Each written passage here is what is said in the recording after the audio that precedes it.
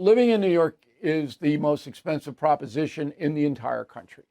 There's no place more expensive. And the salaries here are higher in the white collar area, but not in the blue collar area. So working people are struggling. Everybody knows this. I'm not telling you anything you don't know. But I want to give you some data that is really interesting. So this is all according to the U.S. Bureau of Labor Statistics, just out. New York City prices are rising faster than every other city in the country. It's the quickest pace since March 2023.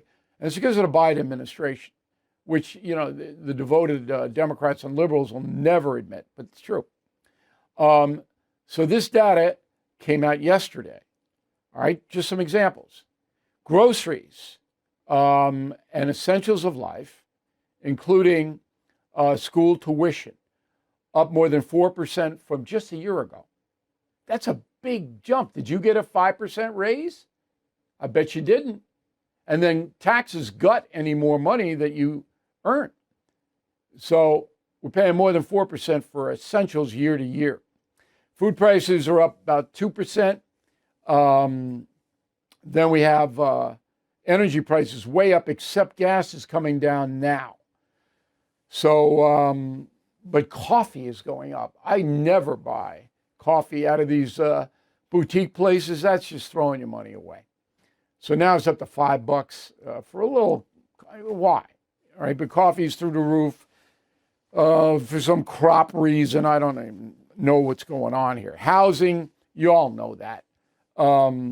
New York shelter, they call it shelter prices, of 6% in November from November 23. 6%. My God. Nationwide, it's up 4.7. So we're getting hosed again. And the energy prices, home heating oil primarily, air conditioning up 14%. Gas prices, as I said, are dropping, so that offsets a little bit. And then, you have a day-to-day tolls and everything we do. The state and the city are trying to get as much money out of us as they can possibly get.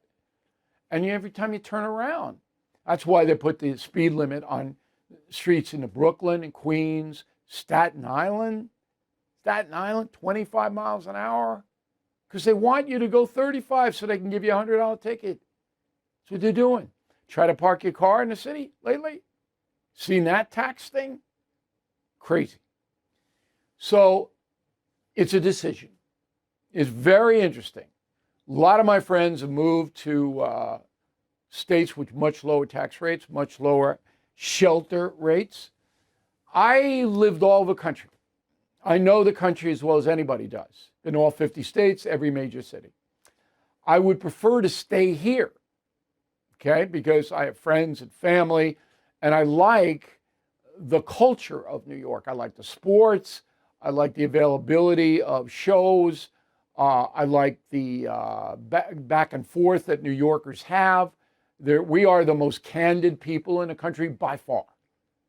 By far. We say what's on our minds. It's stimulating to live here.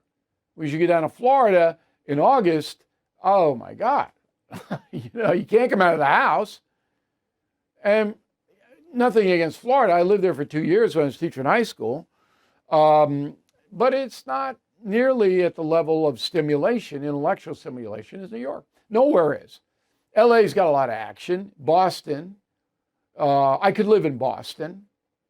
Cold, though. It's colder than New York up there. Boston's the windiest city in the country. Everybody thinks Chicago is. Boston is.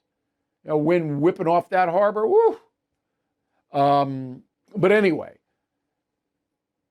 New York State and City are going to soon price themselves out of the working class market if they don't stop it. Thank you for watching. To view full episodes of the No Spin News anytime, sign up to become a BillO'Reilly.com premium or concierge member today.